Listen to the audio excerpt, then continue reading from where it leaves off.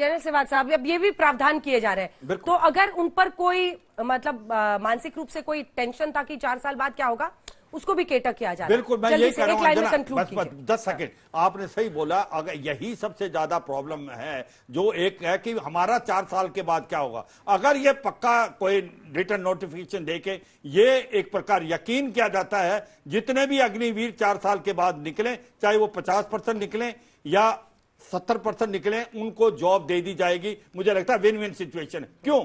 क्योंकि देखो, ट्रेन है, मोटिवेटेड है, आपको पैसे भी नहीं खर्च करने पड़ेंगे उनके ट्रेनिंग पे, तो दोनों पे विन विन सिचुएशन है। तो ये मेरे को लगता है बहुत अच्छी पहल है।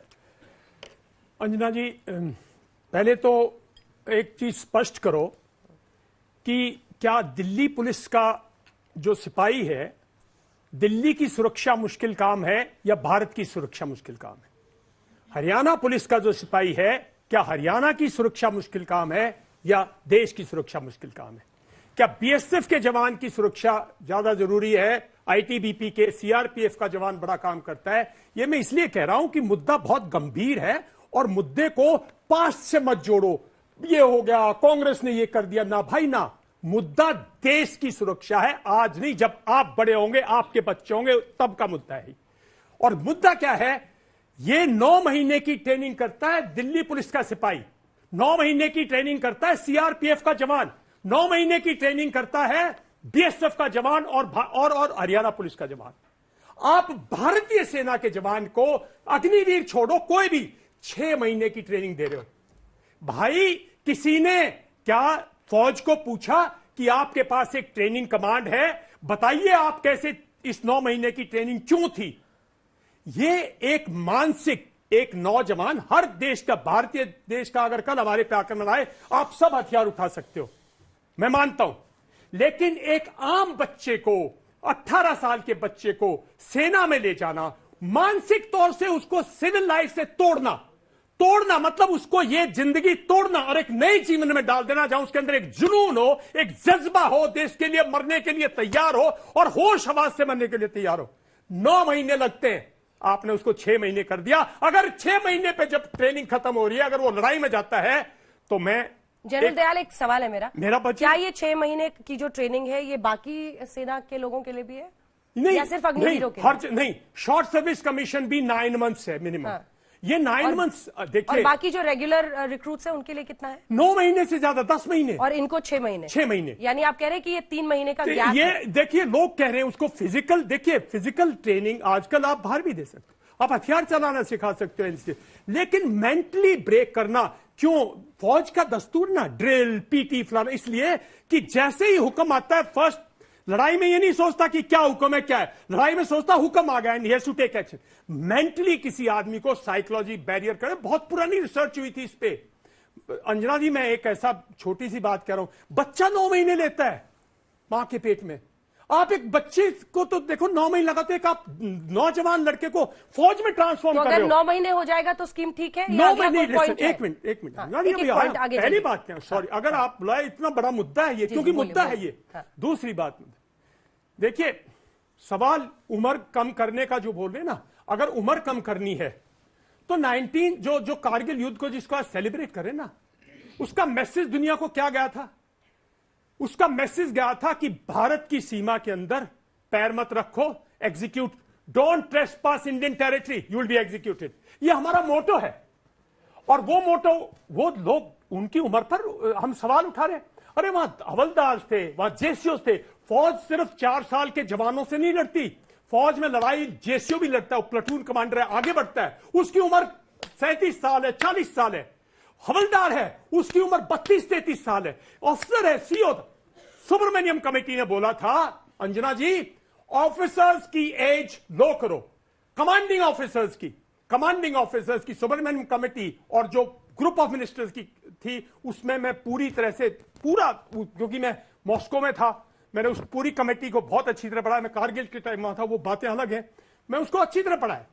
कमांडिंग ऑफिसर्स की एज हमने कम कर दी, लेकिन उसका तजुर्बा कम कर दिया। अगर एज कम करनी है ना, एनडीए के अंदर 10th क्लास में एंट्री कीजिए, ऑफिसर को दे दिए, जैसे जन जोशी 18-19 साल पे कमीशन मिला था, ताकि 30 साल पे वो बटालियन कमांडर, 32 साल पे बटालियन कमांड करे। सीओस की एज कम कर दिए, जेसीओस की एज कम दिए। सिर्फ एक जवान के मुद्दे को लेकर कह रहे हो एज कम हो जाएगी, गुमराह मत कीजिए, ये गुमराह है। इससे सिर्फ नुकसान ये होगा कि जो सिस्टम है ना फौज का, और तीसरी बात, इस भारतीय सेना का सबसे मजबूत अंग क्या है? उसका जवान, उसकी इनडोमिटेबल स्पिरिट, उसकी कैपेबिलिटी टू सैक्रिफाइस, लड़ाई लड़ने का जज्बा उसका। आपने सबसे पहले रिफॉर्म करना है, उसी की वही चीज तोड़ दी। हम हथियारों से नहीं जीते 71 वॉर, कारगिल वार हथियारों से नहीं जीते, हमारे पास कुछ एम्युनिशंस भी नहीं थे, लेकिन हम जीते क्योंकि हमारे जवान में जज्बा था, हमारे अंदर जोश था, जुनून था, उसकी ट्रेनिंग थी। एक जो ये कह रहे ना, अभी कह रही थी कि भाई वो बड़ी सिस्टम था, हम उससे जीतते हैं।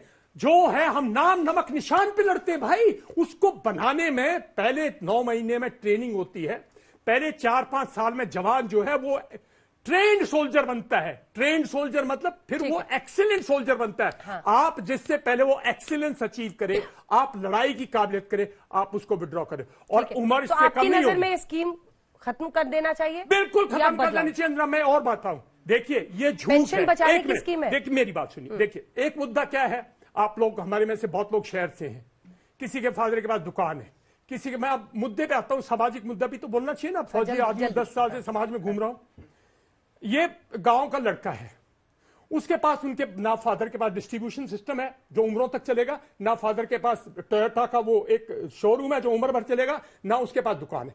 ये फौज के आने का, फौज में आने का, बीएसएफ में आने का, पुलिस में आने का, जिसमें भी काट के हमें भेज रहे हो, उसमें हमारा ही आदमी आ रहा है गांव से। मैं गांव से चला था, मैं शिवाज साहब 10 साल के, झूठ नहीं बोल रहा हूं, कुर्ते पजामे में चले थे, जिंदगी पूरी हो चुकी है, कोई से किसी सियासत से नहीं लड़ा, किसी पॉलिटिक्स से नहीं लड़ा, देश से लड़ा।